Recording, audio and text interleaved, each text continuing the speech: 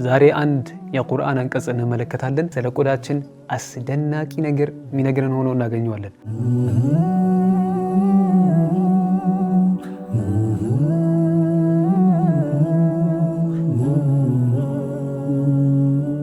السلام عليكم ورحمة الله وبركاته. يقول الحق سبحانه إن الذين كفروا بآياتنا سوف نصليهم نارا كلما نضجت جلودهم بدلناهم جلودا غيرها ليذوقوا العذاب.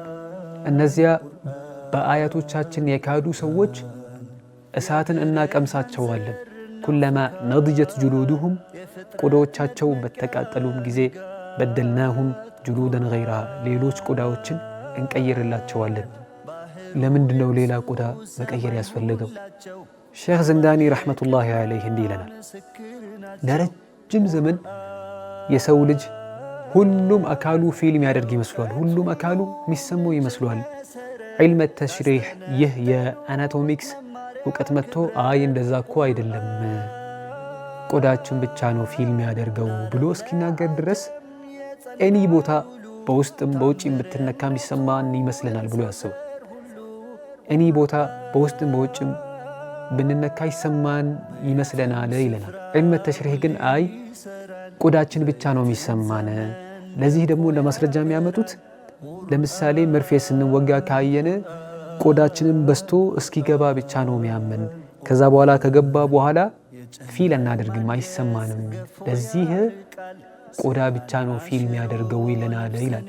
የአቶሚክስ የዒልመ ተሽሪሕ እውቀት ማለት ነው።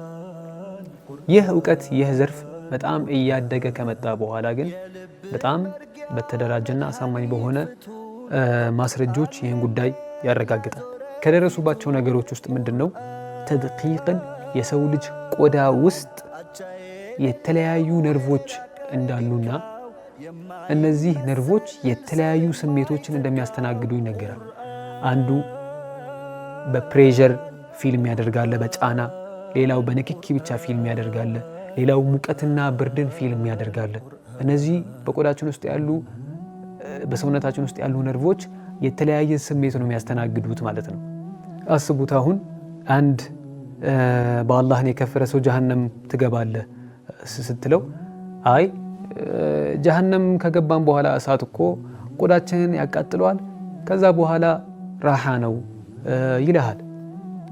አንድ ካፊር ሆኖ የሳይንስ እውቀት ያለው ሰው እንዲህ ቢልህ አንተ የዚህን አያ ኢንፎርሜሽን ከሌለህ ምን ልትመልስ ትችላለህ?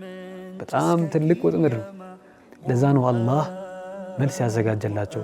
አይ ቆዳ እኮ ተቃጥሎ በዛው መቅረት የለም ሌላ ቆዳ እንጨምርላችኋለን ይላል።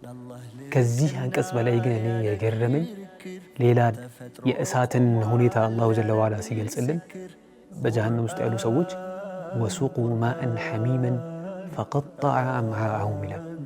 በጣም ሞቅ ያለ ውሃ ይጋታሉ፣ አንጀቶቻቸው ይበጠሳሉ ይላል። አሁን አስቡ እዚህ ጋር ቆዳ ሲቃጠል ቆዳ እንለውጥላቸዋለን ካለ አንጀትስ ለምን አይለወጥም? አያችሁ ተድቂቅ ጥልቅ የሆነ ጉዳይ። ምክንያቱም አንጀቱ ውስጥ ሙቀትንና ብርድን ፊል የሚያደርግ ነርቭ የለም። ሙቀትንና ብርድ ፊል የሚያደርግ ነርቭ ያለው ቆዳ ውስጥ ነው ማለት ነው። ለዛ ነው ቆዳ ሲቃጠል ያለው። ቆዳ ይቃጠላል because it feels ሙቀትና ብርድን፣ ለዛ ነው የሚቃጠለው። አንጀት ግን የሚቃጠል የመቃጠልን ፊል የሚያደርግ ነርቭ ስለሌለው መበጠስን አመጣ ማለት ነው። በመበጠስ ፊል የሚያደርግ ነርቭ ነው ያለው ማለት ነው። ያ ደግሞ አንድ ታማሚ በደንብ ምናልባት ፊል ማድረግ የሚችለው ትልቅ የውስጥ ህመም ነው ማለት ነው። አጃኢብ! ይህ አገላለጽ ከአንድ የአካላችንና የቆዳችንን አደረጃጀት አሰራር በጥልቅ ከሚያውቅ እንጂ አይጠበቅም። ሱብሓነላህ። አሰላሙ አለይኩም ወረሕመቱላሂ ወበረካቱሁ።